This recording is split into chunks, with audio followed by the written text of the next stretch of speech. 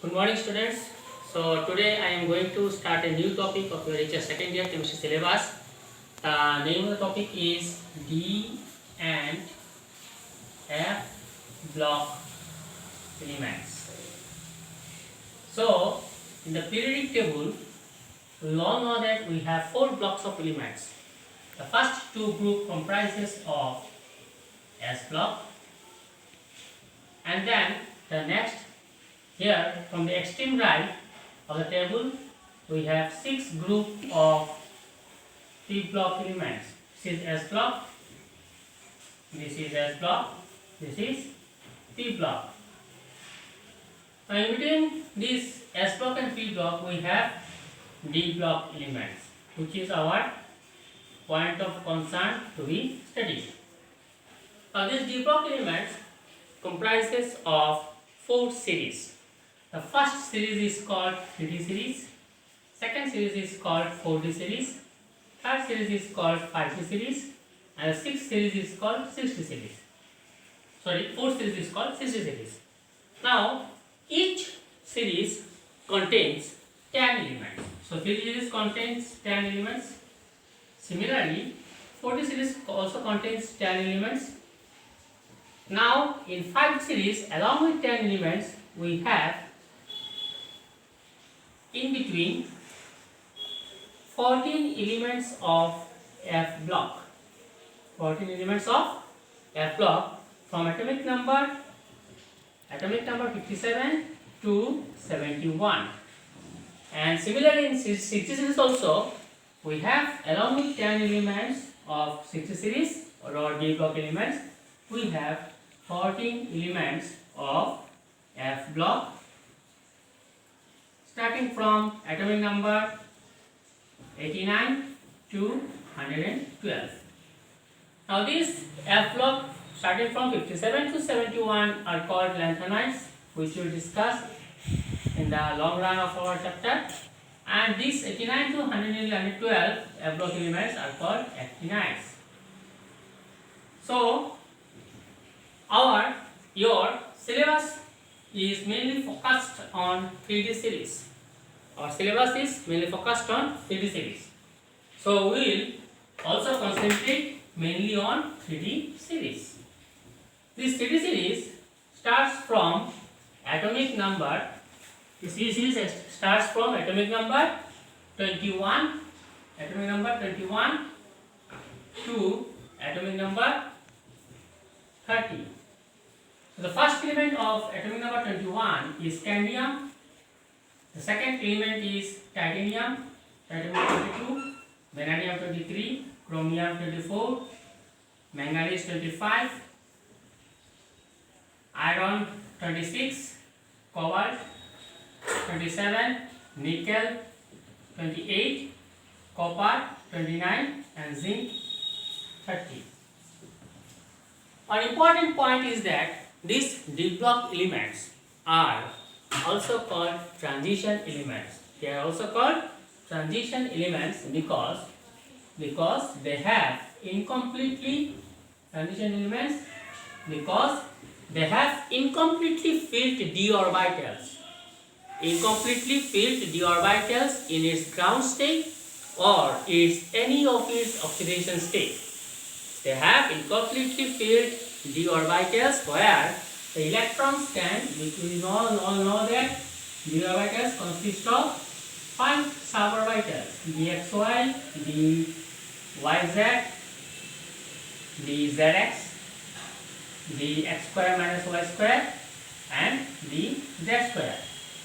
So they have incompletely filled d orbitals in its ground state or any of its oxidation state, where the electrons can transit from one d orbital to another d orbital. That is why these elements are also called transition elements.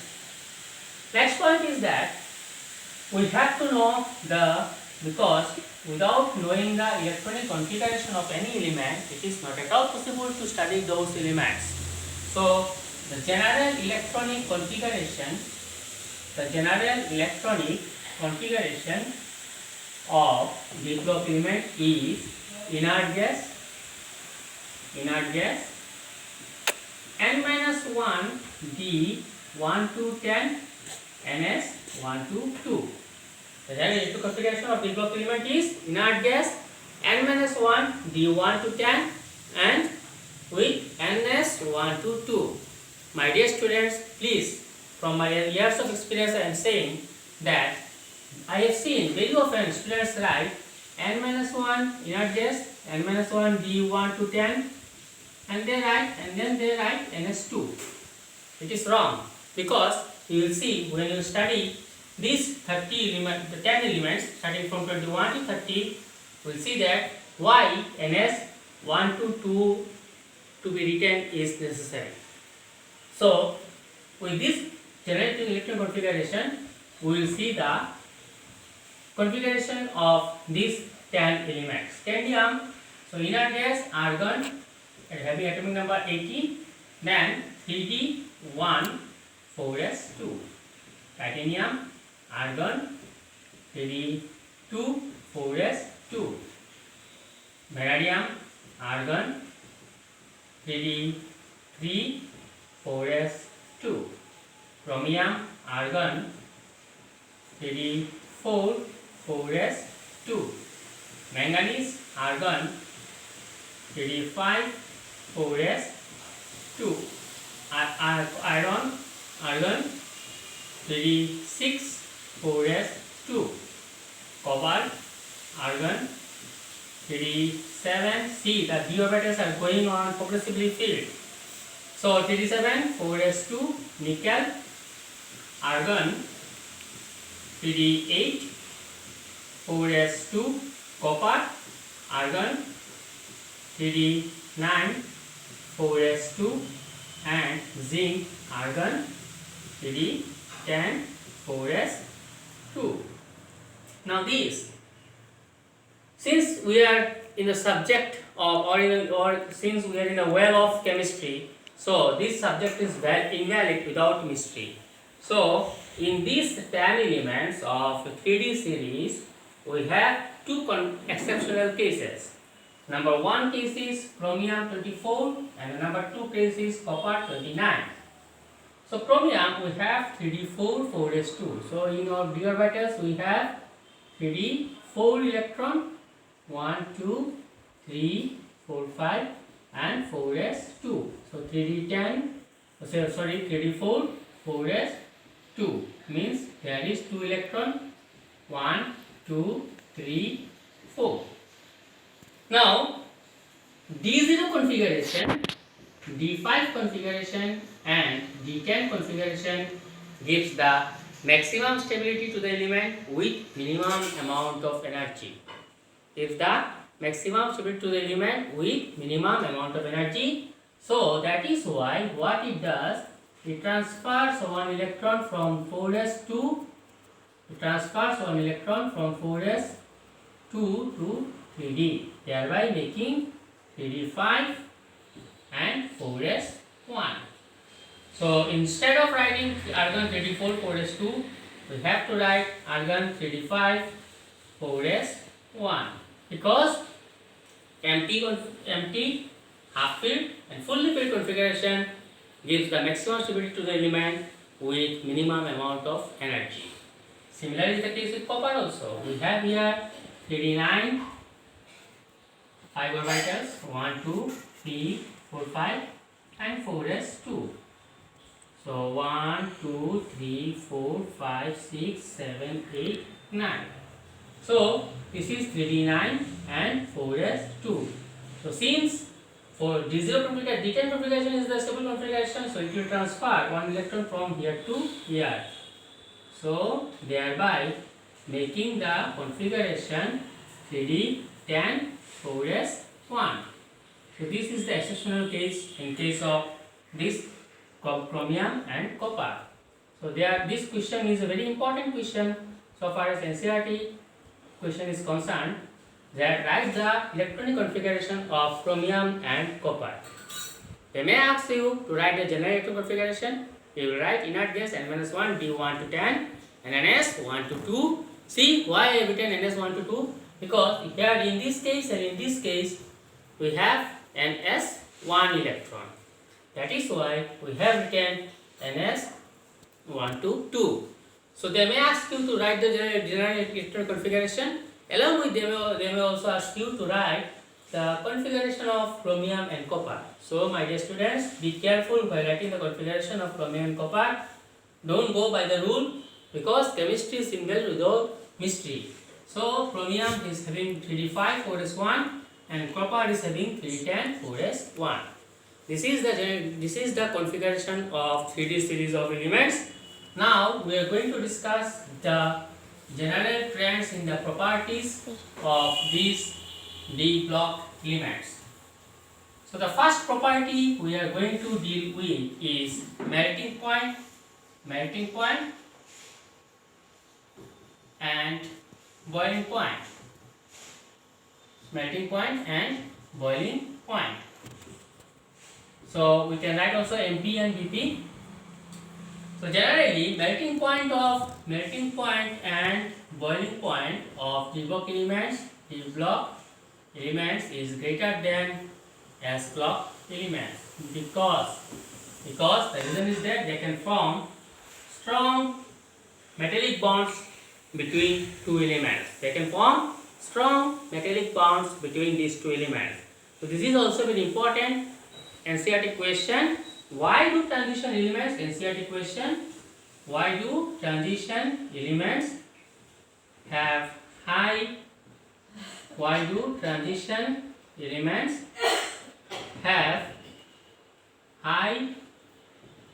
melting point and boiling point? So you try to find it out the answer. I have said you because they can form strong metallic bonds. Why they can form strong metallic bonds? Because they have unpaired d electrons. They have unpaired d orbitals.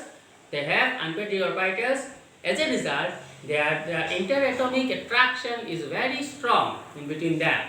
So they form a very strong bonds between two metals. That is why the melting point of transition element is generally higher than S block and P block elements. The element which is having highest melting point is manganese and magnesium. They have comparatively low melting points as compared to other elements. And the lowest melting point is being exhibited by the D block elements, which is liquid at room temperature, is mercury, which is equal to minus 38 degrees centigrade is the melting point of mercury. The reason for which we use mercury in thermometer, because it can rise up at room temperature. And the highest melting point is being exhibited by the tungsten, which is nearly equal to around 3600 degrees centigrade. See, the lowest melting point is being exhibited by mercury, which is liquid at room temperature, and the highest melting point is being exhibited by tungsten, which is 3600 degree centigrade. Now, next point of discussion is density. Next point of discussion we will discuss. I think it is clear to all of you. If you have any doubts after hearing my lecture, you are free to ask me over my phone, or you can ask or you can clear your doubts. Okay, so you are always welcome. So the next point of discussion is density. Density of transition element is generally low. Why?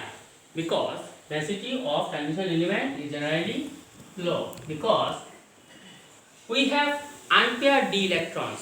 As we go on moving from left to right along a period in the periodic table, the number of d electrons is going on filling on progressively. So as the number of electrons is going on increasing, the volume will decrease. As the number of electron is going on increasing, so the volume will decrease. So the volume will decrease and density. So I made one mistake. Density is high. So as the volume will decrease, so by general formula we know the density is equal to mass per unit volume. So the volume will decrease means the density will increase. So that is why transition elements have high density as compared to S block and P block elements. The element of D blocks which is having highest maximum density is nearly equal to osmium and iridium. Iridium and osmium, they have highest density.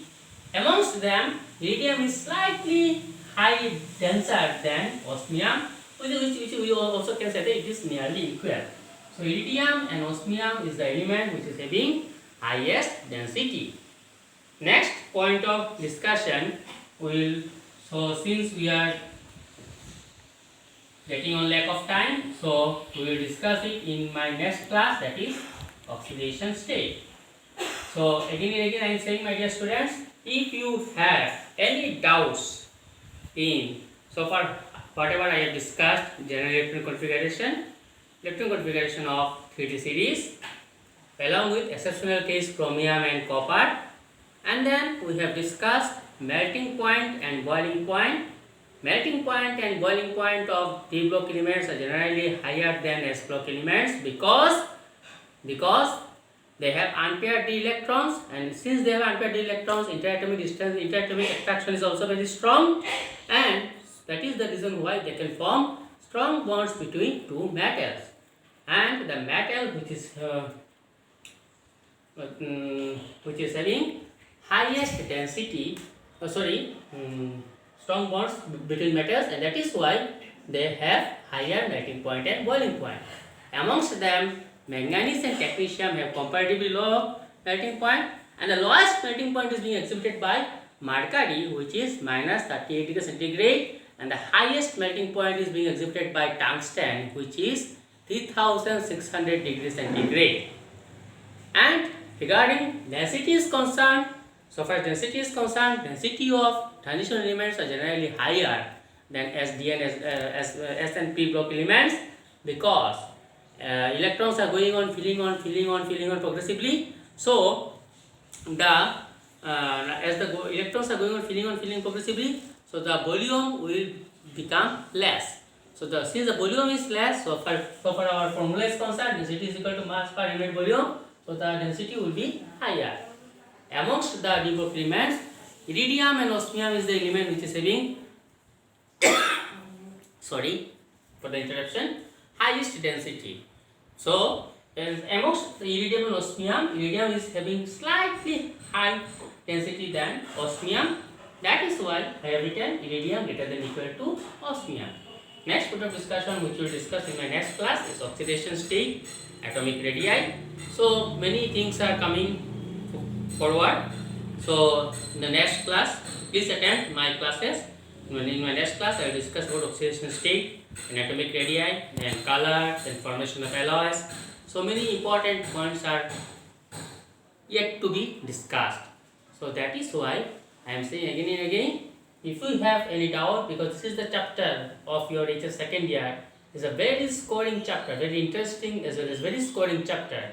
That is why I am saying again and again, if you have any doubt, then you feel free to ask me and clear those doubts. With this, I end my lecture here today. Thank you very much for your patience hearing.